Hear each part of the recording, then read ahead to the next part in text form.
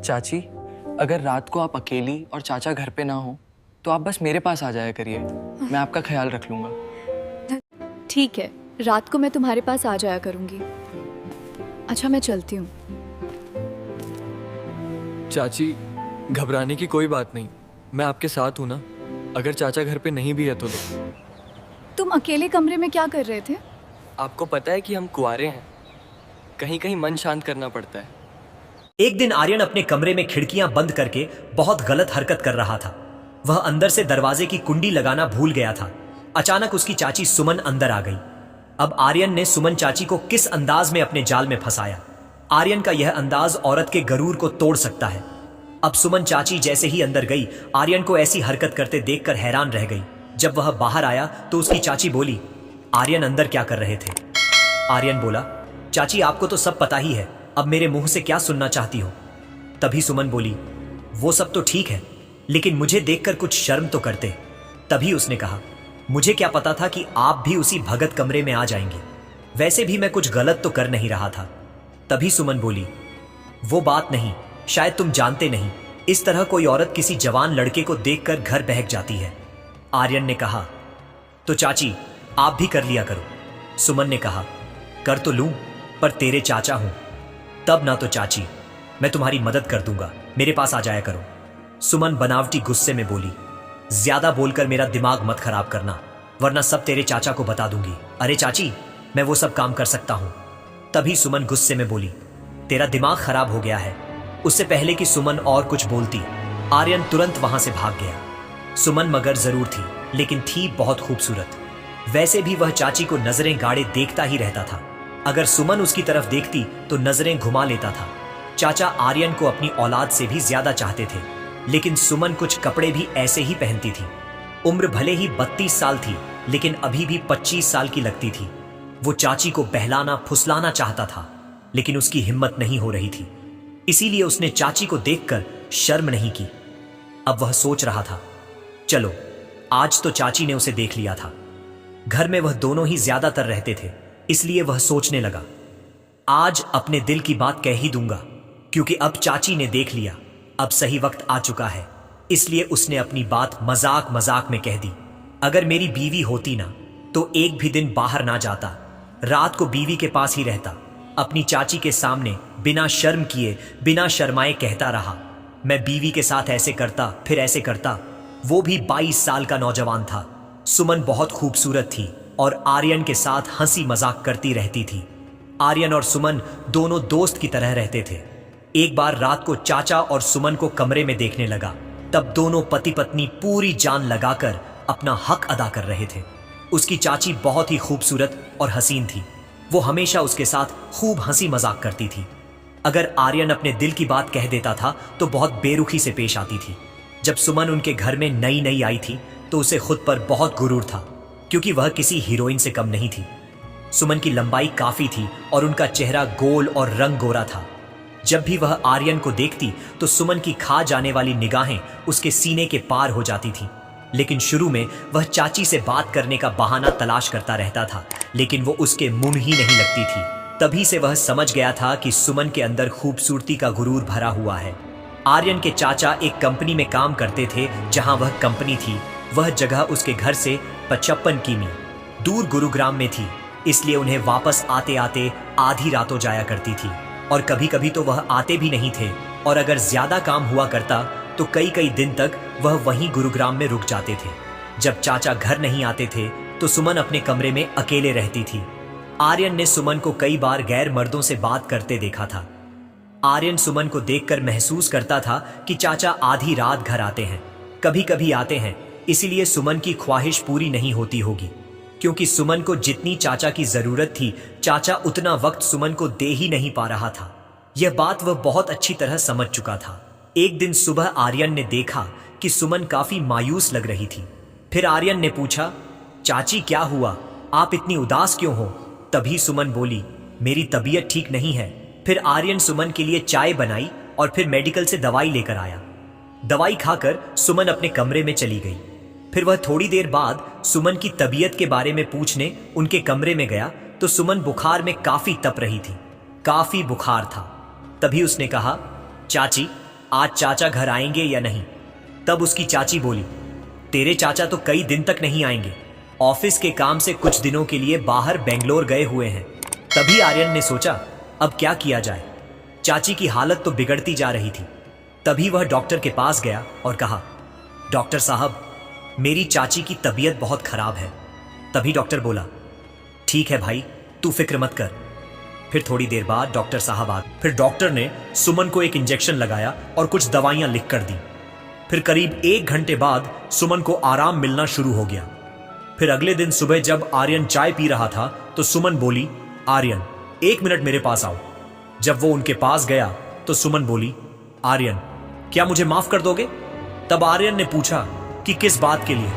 तो उसकी चाची बोली, जब से मैं इस घर में आई हूं उसके बाद एक बार भी मैंने तुझसे सीधे मोहब्बत नहीं की, लेकिन तुम मेरा कितना ख्याल रखते हो।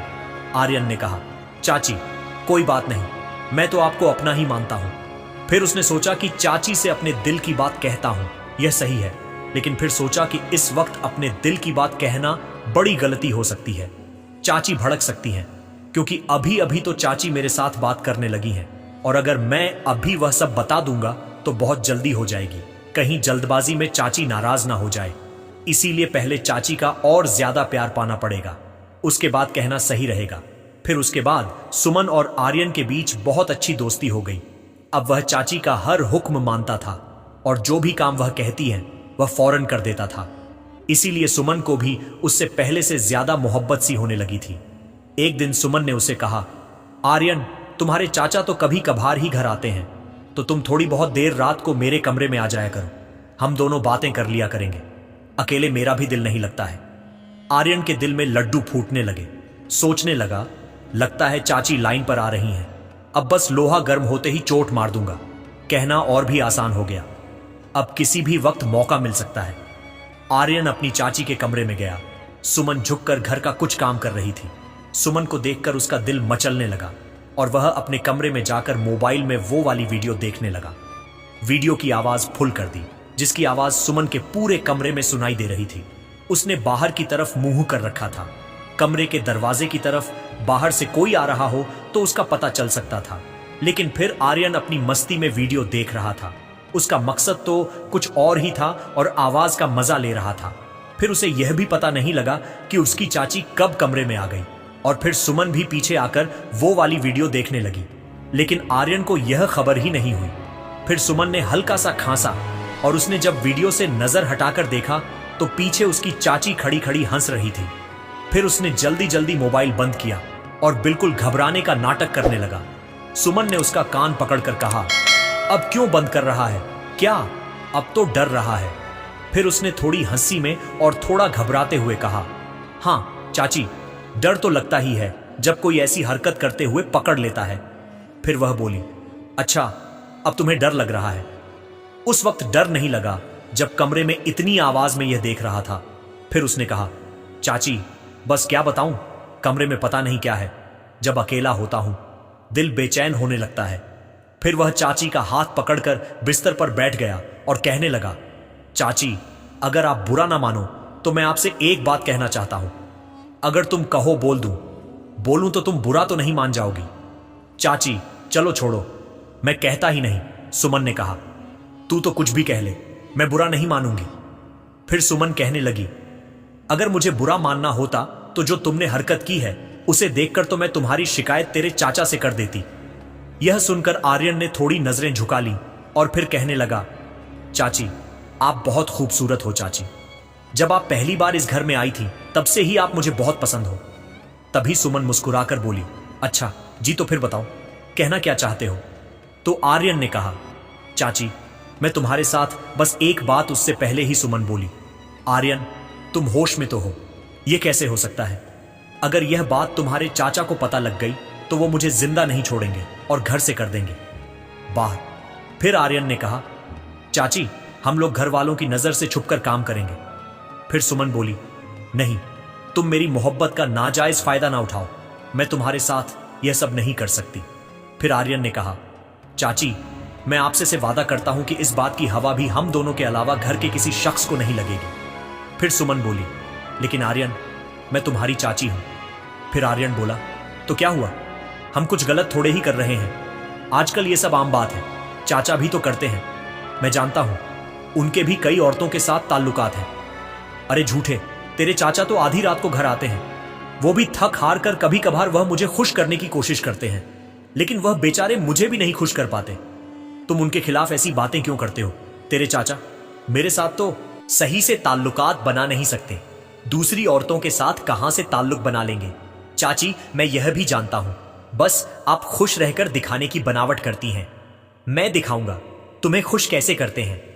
और यह सुनते ही सुमन का चेहरा लटक गया, और सुमन का लटका हुआ चेहरा देखकर आर्यन समझ गया। तभी सुमन बोली, आर्यन कहते तो तुम सही कह रहे हो, बस टाइम पास ही हो रहा है। तुम्हारे चाचा मुझे वह खुशी नहीं दे पाते।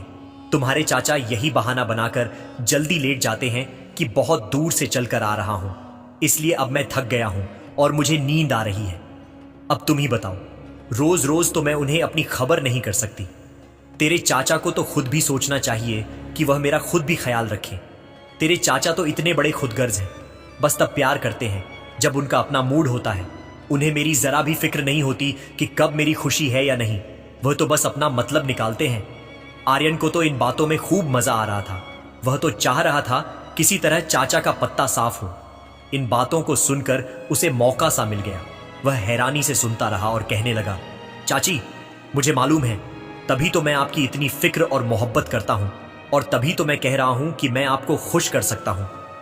चाची, मैं आपकी हर एक चीज और हर बात को समझता हूं।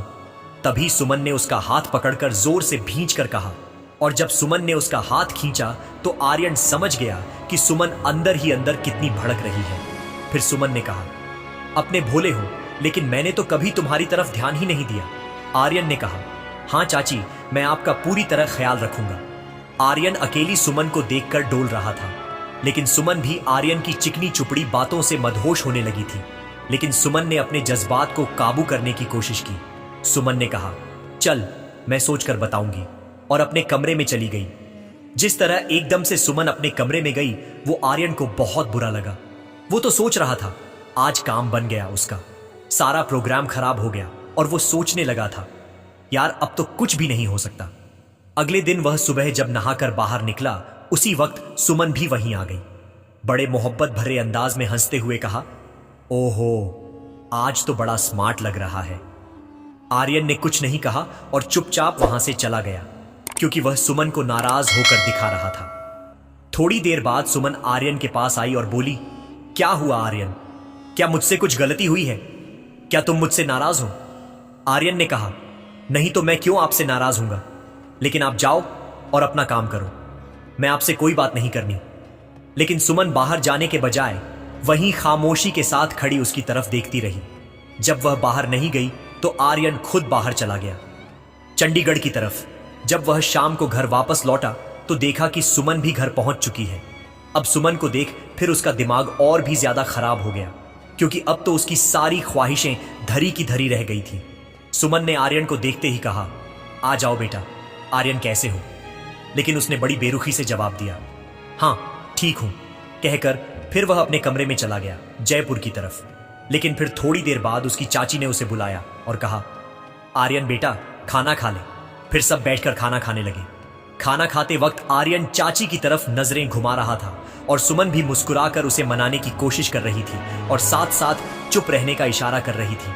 आर्यन के चाचा ने सबसे पहले खाना खा लिया और फिर बाहर चले गए, क्योंकि वह तो अपनी बीवी और अपने भतीजे पर आंख बंद करके भरोसा करते थे। चाचा को क्या पता था, उसका घर लूटने वाला है, और लूटने वाला भी कोई गैर या दुश्मन नहीं था, बल्कि खुद सुमन का भतीजा आर्यन था। लेकिन आर्यन तो आहिस्ता आहिस्ता खाना खा रहा था। सुमन उससे पूछने लगी, क्या बात है आर्यन, तुम मुझसे नाराज हो? आर्यन ने कहा, हाँ, मुझे तुम पर बहुत गुस्सा आ रहा है। अब सुमन उस पर गुस्सा नहीं हो सकती थी, क्योंकि आर्यन ने उसे अपने एहसान के नीचे दबा लिया था और वह घर की हर छोटी बड़ी जरूरत को पूरी कर रहा था। फिर सुमन ने उसे प्यार से समझाया, तुम मेरी बात क्यों नहीं समझ रहे हो, यह बहुत गलत है। फिर आर्यन ने कहा, इसमें गलत क्या है, थोड़ी बहुत देर के लिए किसी के काम आ जाना क्या गलत बात है? तभी सुमन बोली, चुपचाप खाना खाकर जाओ और सो जाओ। फिर आर्यन ने धौंस जमाई और कहा, मैं सोऊं या नहीं, आपको क्या मतलब है? और फिर उसने कहा, मैं आज रात ऐसे ही बैठा रहूंगा, इंदौर जाकर। यह कहकर वह अपने कमरे में चला गया। कुछ भी हो जाए, एक बार तो चाची के गुरूर को तोड़कर ही रहूंगा। फिर जब सब लोग सो गए, आर्यन ने अपने कमरे का दरवाजा जोर से खोला कि सुमन को पता लग जाए कि वह बाहर जा रहा है। फिर वह छत पर, क्या कर रहे हो? तब आर्यन ने कहा, मेरी मर्जी है, मैं कुछ भी करूं, आप नीचे जाओ।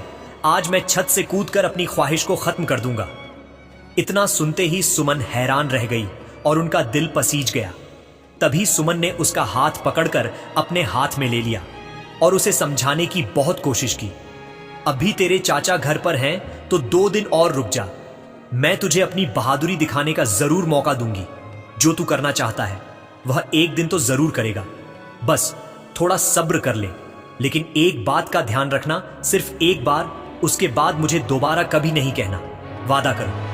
सुमन की बात को उसने समझ लिया और कहा, ठीक है चाची, मैं वादा करता हूं, कसम खाता हूं, दोबारा कभी नहीं कहूंगा। बेंगलोर में सुबह को। फिर चाची से कहा, चाची कब होगा? सुमन ने कहा, आर्यन। मैंने कहा, ना बता दूंगी सुबह को। आर्यन और सुमन बात कर रहे थे। तभी चाचा आए और कहने लगे, मैं तुम दोनों को एक बात बताने आया हूं। अब मैं 15 दिन तक नहीं आऊंगा। मैं ऑफिस के काम से बाहर हैदराबाद जा रहा हूं और लगभग 15 दिन बाद ही वापस आऊंगा। तभी चाचा बोले, आर्यन बेटे, अब इस घर की जिम्मेदारी तेरी है। अपनी चाची का तो अच्छे से ख्याल रखना। आर्यन ने कहा, चाचा जी आप बेफिक्र रहें, मैं इस घर की जिम्मेदारी अच्छे से संभाल लूंगा। और रही बात चाची की, तो उनका भी मैं हर तरह से ख्याल रखूंगा। बस आप बेफिक्र रहो। फिर चाचा ने कहा, अब से कुछ घंटे बाद मेरी गाड़ी है चंडीगढ़ से। फिर आर्यन ने अपने चाचा को रुखसत किया।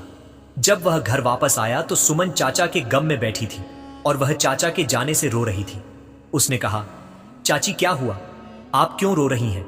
तो सुमन बोली, ना रो तो क्या करूं, तुम्हारे चाचा पहले ही कई दिनों बाद आते थे, उन्हें देखने के लिए भी मैं तरसती थी, और अब तो वह पूरे 15 दिन के लिए चले गए हैं।